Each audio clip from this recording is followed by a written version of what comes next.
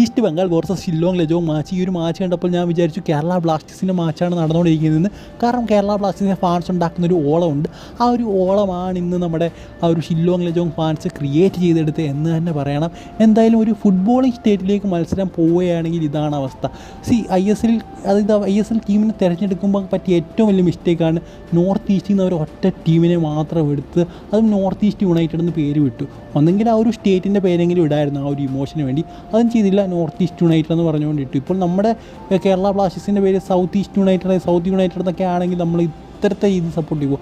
So എന്തായാലും വേറെ level എന്ന് പറയുന്നത് ഷില്ലോങ് ലജോങ്ങിൻ്റെ ഒരു സപ്പോർട്ട് പറയുന്നത്.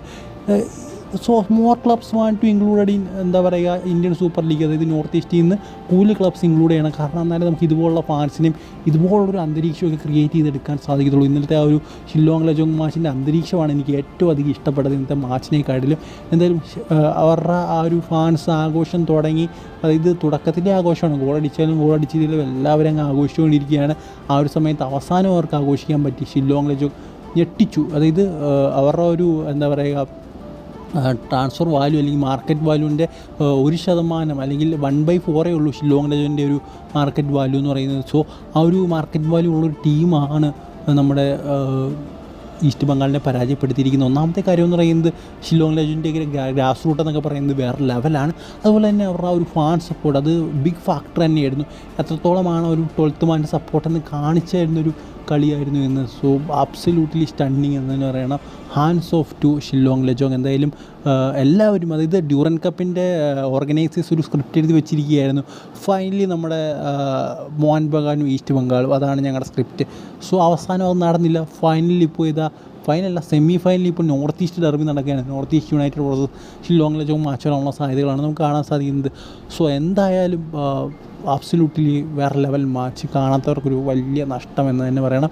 എന്തായാലും എന്ത് പറ്റിയെന്നറിയില്ല ഈസ്റ്റ് ബംഗാളിന്. ഒരുപക്ഷെ അവരുടെ ഒരു ടീം കോമ്പിനേഷനിലുണ്ടായ പ്രശ്നങ്ങളായിരിക്കാം. സോ എന്തായാലും വലിയ ടീമുകൾക്ക് ഇങ്ങനെ ടീം കോമ്പിനേഷനിൽ പലതരത്തിലുള്ള പ്രശ്നങ്ങൾ ഉണ്ടാക്കാനുള്ള സാധ്യതയുണ്ട്. നമുക്കറിയാം അവർ ഇപ്പോഴാണ് പല സൈനിങ്ങളും അവരുടെ വരുന്നത്. ഇപ്പോൾ അൻവറിലി ആണെങ്കിലും ഹെക്ടർ യുസ്ത ആണെങ്കിലും അങ്ങനെ പല സൈനികളൊക്കെ ഇപ്പോഴാണ് വരുന്നത്. അവർ പലരെയും ഇറക്കാൻ നോക്കിയിട്ടുണ്ട്. സോ എന്തായാലും ആ ഒരു കോമ്പിനേഷനിലെ പ്രശ്നമാണ്. അല്ലാതെ ഇപ്പോൾ നമുക്ക് ആരെയും കുറ്റം പറയാൻ പറ്റത്തില്ല, കോച്ചിനെയും കുറ്റം പറയാൻ പറ്റത്തില്ല.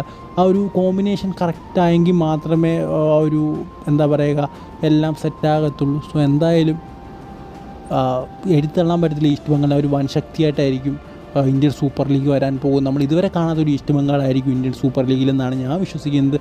സോ എന്തായാലും വേറെ ലെവൽ എന്ന് തന്നെ പറയണം ഷില്ലോങ് ലജോങ്. Hands of. എത്രയും പെട്ടെന്ന് ഇന്ത്യൻ സൂപ്പർ ലീഗിലേക്ക് എത്തട്ടെ എന്നാണ് ഞാൻ ആഗ്രഹിക്കുന്നത്.